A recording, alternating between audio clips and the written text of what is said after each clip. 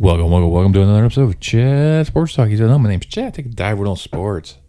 This is my NFL Week 18 pick game preview video. That's right, ladies and gentlemen, we're at Week 18, the final week of the NFL regular season. Still a lot of things to play out there for AFC top seed. You still have the West division for the NFC still yet to be locked up. You still also have playoff positions and still a pair of playoff slots on both sides of the AFC and NFC. So there's still a lot of games out there that mean a lot of things, and also a lot of games out there that mean absolutely nada. So before we dive into all that action, if you could go ahead, smash that thumbs up for me, especially like this content and entertainment value I provide you. While you're there, you can also subscribe. Now check my analytics. A lot of you guys are reviewing my work, and I love you all for that. Not many of you subscribe. It doesn't cost you a dime, and it helps this channel help me out to provide more entertainment for you. Now, last week I actually did pretty decent. I had my second best week. I am going 12-4. So I was quite proud with this one. And with this week coming up, it's really going to be interesting to see how some of these games play out. Because of certain teams have already locked up the positions. One's already clinched, number one seed in the conference. Not many can move up to the position they're at. So there's a lot of jostling going on and trying to figure out, okay, what's the best option to going forward. And also there's a few other issues floating out there that I need to, like to discuss as well. First, let's go off with the incident that happened at the Tampa Bay Jets game last week, where Antonio Brown took off his gear, threw stuff in his shirt and gloves into the stands. Pretty much exercised his way outside and out the door. Now, according to AB, he is claiming it's injuries, and he has MRIs and proved that he has bone fractures and torn ligaments, which could be a possibility. But then if you look at the Tampa Bay side, they're saying he never mentioned anything about that, and he was complaining about not getting enough attention with the ball. That Brady was going back to more Gronk than going to AB. And of course, AB had bonuses on the line. He had I think it was 8 receptions, 55 yards, and a touchdown to get $1 million. So he felt like he wasn't getting the necessary touches, even though there's still one more game to play. So you get that whole aspect going in, and the way that AB's attorney, when you released the statement saying that the coach gave him the throat slash like he's being cut, and then when you hear Bruce Arians talking about it, where he just says points out. Of course, you can't see my finger because the screen's so tight, but he's pointing out, just tell him get out of here, because he wouldn't go in because he wasn't getting enough catches. I mean, I don't know. AB has shown in the past to be this type of emotional player, especially when it comes to what he perceives, what he needs. And I think that's the part I want some of these players playing in the NFL now. It's not rampant, but it's like a small percentage. They're more of the me athlete. What can you do for me? Not what I can do for you and the team, what you can do for me. And he's taking shots at Brady's trainer, talking about paying him for stuff he didn't do. I mean, it looks like it's going to be a messy divorce. But the Bucs have cut him. It took him a while because I guess they're trying to, actually look into it, look into his claims and see what, whole side in, whatever film that was available for them to review. Interview Evans and Tom Brady, their conversations with Antonio Brown. But Antonio Brown's shown this in the past. He's done it in New England. He's done it with the Raiders. He did it with the Steelers before he was out the door. So this is just his antics. Unfortunately, he may be injured. I mean, I'm not going to doubt that, but I think with his track history, definitely want a second opinion. By someone no one's not associated with the Tampa Bay Buccaneers, nor associated with Antonio Brown. I think the NFL should, here's a doctor, go see him, and then we compare results. But that's just me throwing my 2 cents into that mix. And I think, Antonio Brown on the field, he has the numbers to be a Hall of Famer, but I think his antics off the field, I think will keep him out.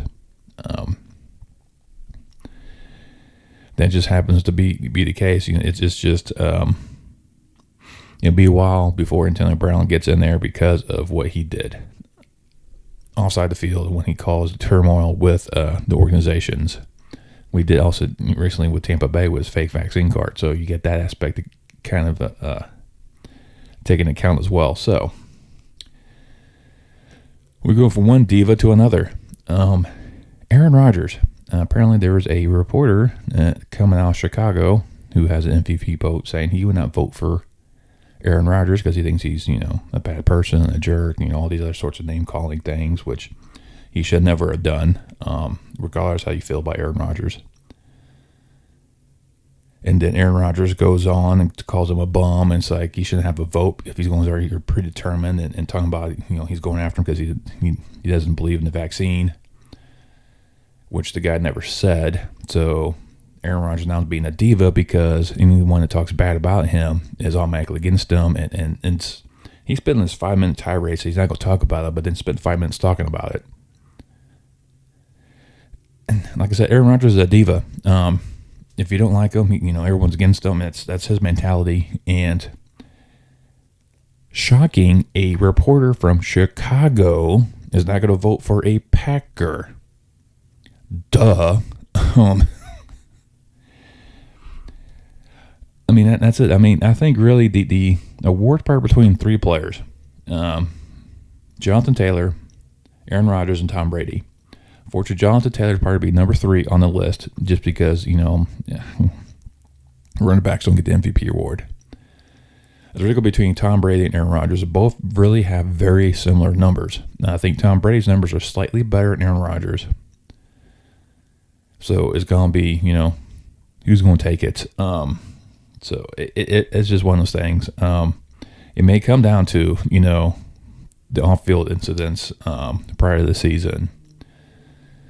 Maybe missing that game for Aaron Rodgers may hamper him as well. And, the whole controversy surrounding that whole, that shenanigans may come into question. And then listen, watching ESPN and see these players go about this as a, personal thing should have come in here.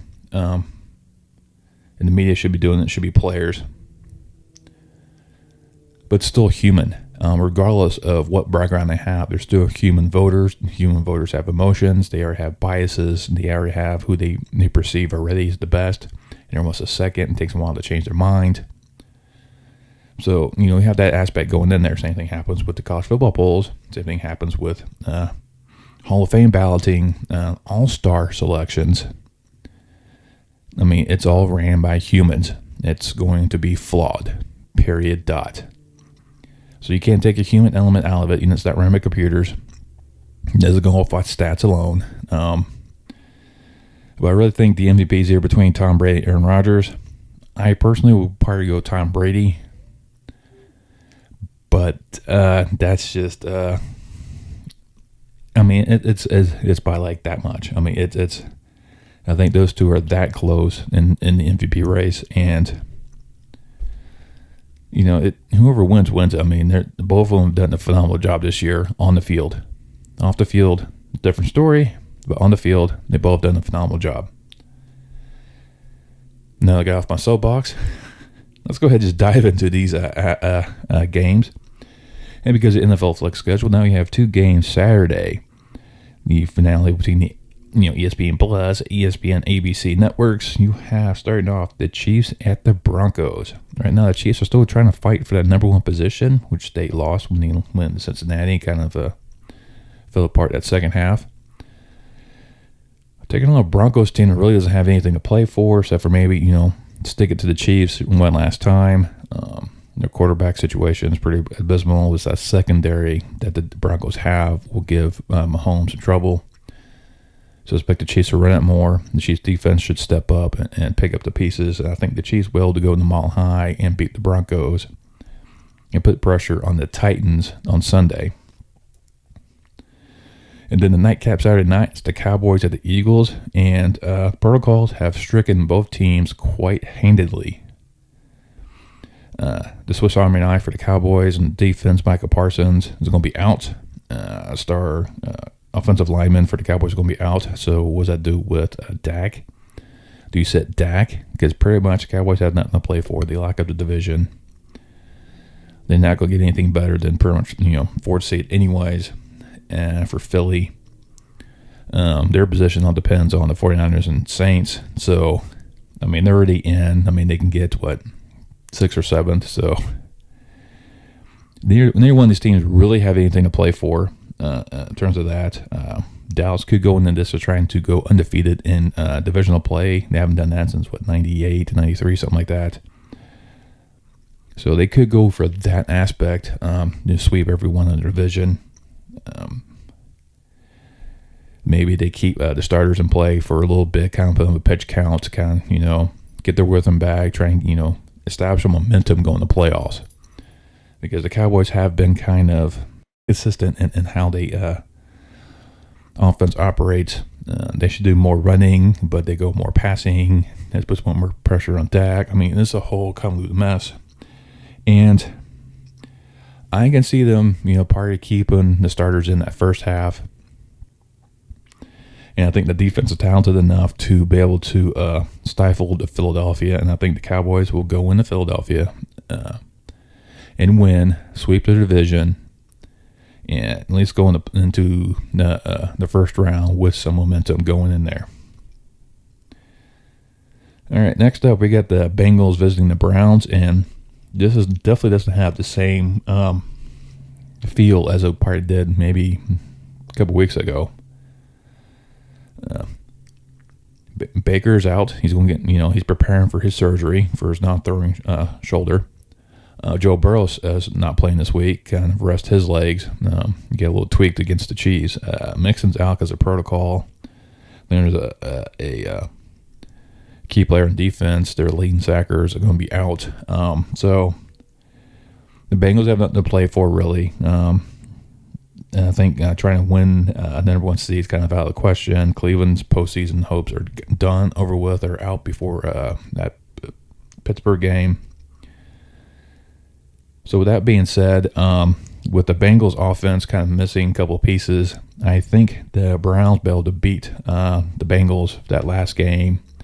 Doesn't really mean much for the Bengals, so don't think it's going to hamper them too much because Burrow's going to get that week off, rest, and come back next week to perform. So in case Keenan will get to start in Cleveland, and there's enough talent there with the Browns, I think they're going to win. And I've been saying this all year, but I'm going to go with the Browns.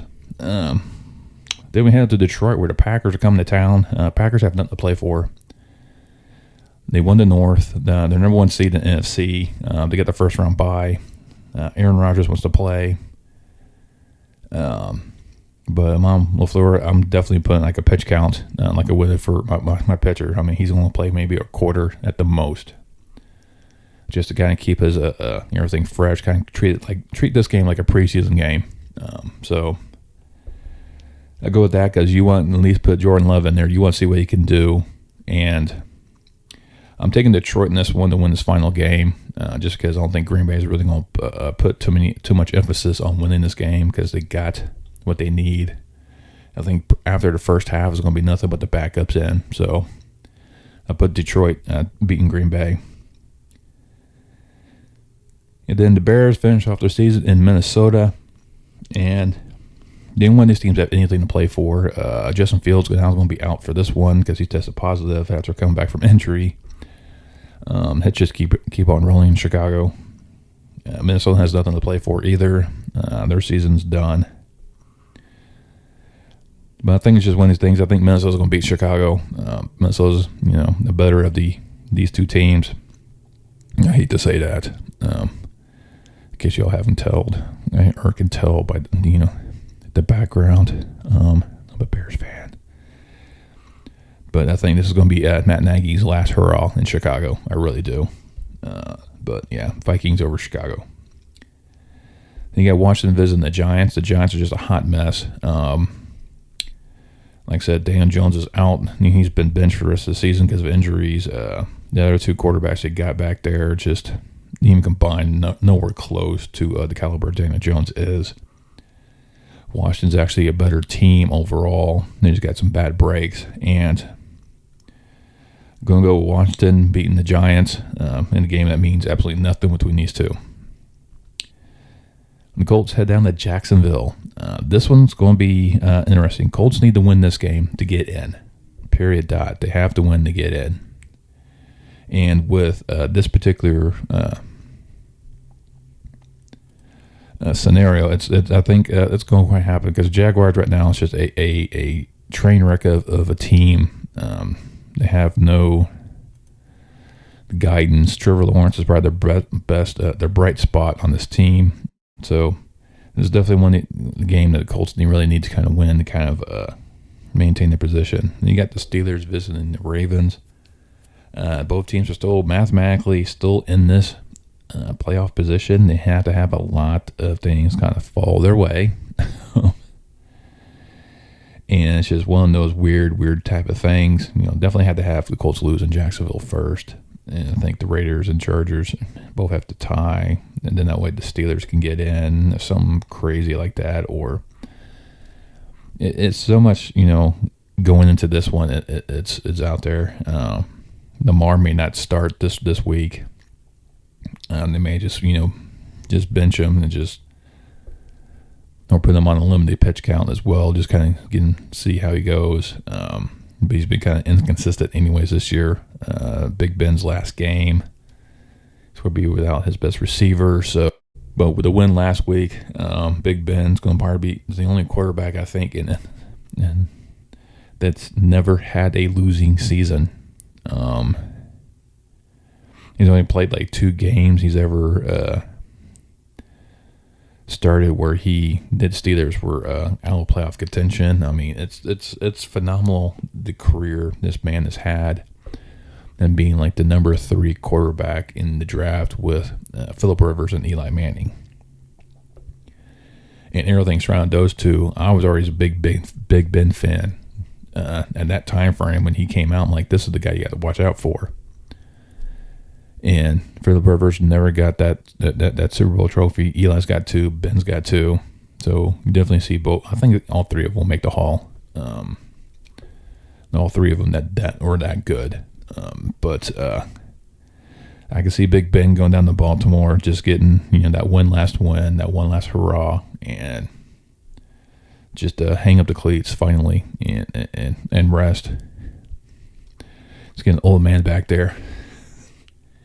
But yeah, I think Steelers, there's just too much because you got T.J. Watt looking to break straight hands single season sack record, so he's going to be out there balling, and the Steelers defense is no joke either. There's enough on that front line that if you worry about T.J., you have to worry the other guys will get the call because they got 9 sacks on Baker, and 4 of them only went to T.J. So. That defense is definitely going to be something to worry about. Then Houston play host to Tennessee. Tennessee's going to look for revenge because they lost to Nashville to Houston, and kind of a shocker. Tennessee definitely needs to win this game to get the first round bye. King Henry's starting to practice once again. I'm not sure if he's actually going to be able to play this game. Or they're going to put him in the game. They may just, just send him out this game and then worry about next week if they don't win, and then or have 2 more weeks for him just kind of rest his foot, which I kind of think will probably be the best option with Houston. This is definitely one of these weird teams that could just upset them. They've done it once already. They've done it with the Chargers. It's a team that seems always to play well against winning teams, and Houston may come out. I mean, even though it's a dumpster fire for franchise as well right now this season, there's some key aspects kind of pulling out there. They do every so often start winning and start, getting everything in the right direction. But I think it's just too much on the Titans side to overlook. And I'm going to take the Titans to win this and clinch that first round bye. Then we have to Atlanta, where the Falcons are playing host to the Saints. Saints right now, they're still trying to fight for a playoff. Of course, all depends on what San Francisco does. So, this is a key divisional game. Do I see that Atlanta giving them trouble? I do. You still have Pitts as the best tight end in the league right now, 1,000-yard receiver. You still have Matt Ryan right there in the backfield. The Saints defense is what you have to worry about. Taysom Hill is a kind of X factor with Alvin Kamara. So I have a feeling the Saints will actually perform very well to put the pressure on San Francisco, and the Saints will win in Atlanta. Then you get the Jets and Bills squaring off. This is the game the Bills need to win. If they win this, they win the division, so they can be able to host the playoff game, probably against New England. And so I'll definitely see that one. They'll do enough just to put it in there. Probably by the fourth quarter, you'll probably see the starters benched because they'll be so far ahead of the Jets. I'll take that back. Probably not, because they'll probably do what they did against Atlanta and just struggle throughout the entire game, but still win. But yeah, the Bills beat the Jets. And the 49ers and the Rams. This one's definitely an interesting one, because the Rams do have very clinched, or they need to win this one to kind of win the division. So the Rams have something to play for. If they win this, they're guaranteed the number 2 position. Doesn't really mean much,